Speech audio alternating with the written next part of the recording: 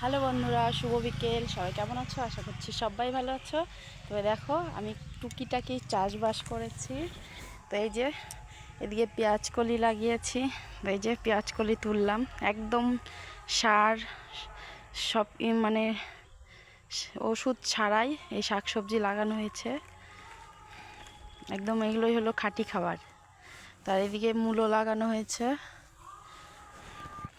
আর এদিকে লাগিয়েছি গাজর, আজকে জল দিলাম এক্ষুনি। আর এদিকে লাগানো হয়েছে রসুন, দেখো এতটা।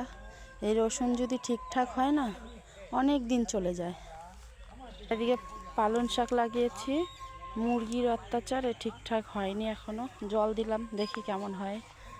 আর এদিকে লাগিয়েছি ধনে পাতা, জল দেওয়া হয়নি দেখে এতদিন লাল হয়ে গেছিলো, আজকে জল দিলাম।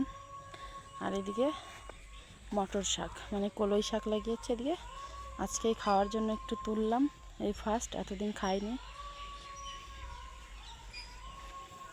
চলো, ভিডিওটা ভালো লাগলে লাইক কমেন্ট শেয়ার করো, বাই।